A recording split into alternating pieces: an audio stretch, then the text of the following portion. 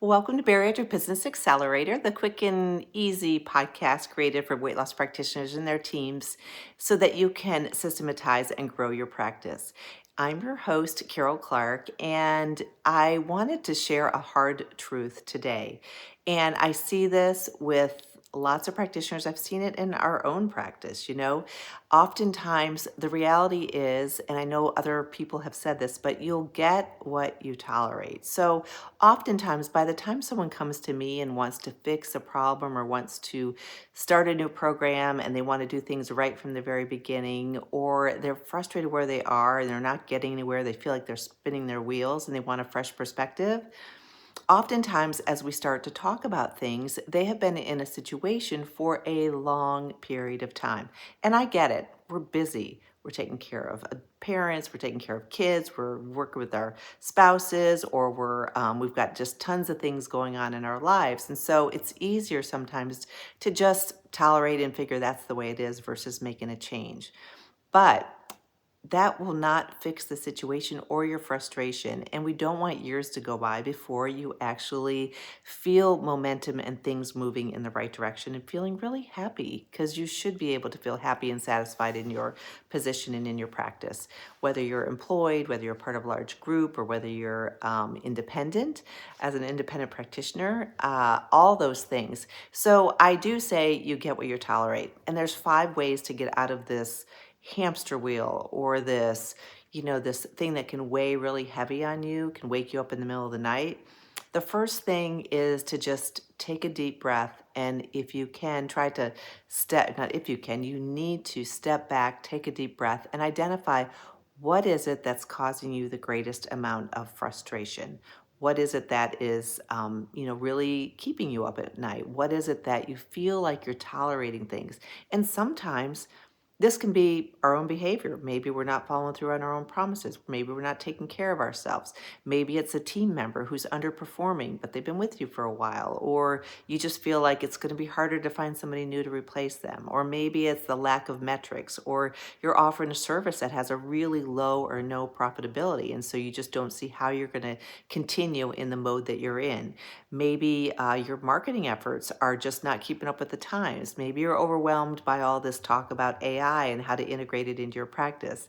Maybe you know you should change your software platform because it's not serving you, but you don't know where to start. Maybe it's your billing company. They're not following through and your AR just tends to keep growing and growing and growing. Maybe it's your patient population. You're serving a population, but you really wish you could move into a different area. All these things are frustrations that I see all the time with practitioners that I have the pleasure of working with.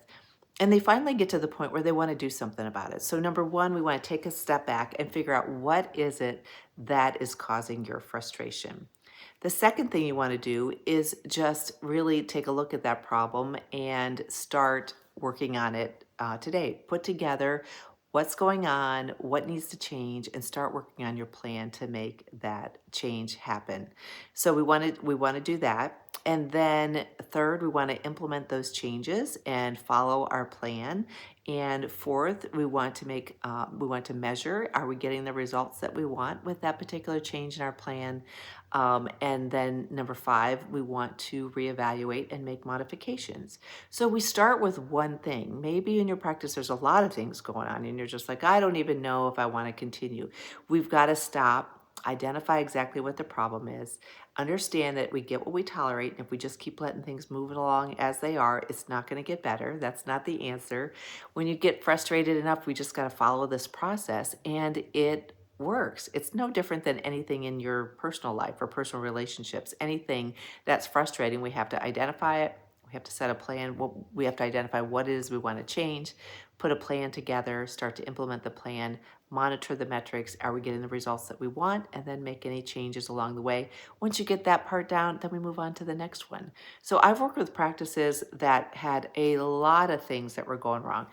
Maybe there was, we always tend to start, we have to look at the team, we have to look at their patient pathway, we have to look at their revenue, we need to look at profitability, we need to look at their marketing, we need to look at their conversion rates, how we can improve all those things, but we just start with one. That's all we have to do initially, is to start with one.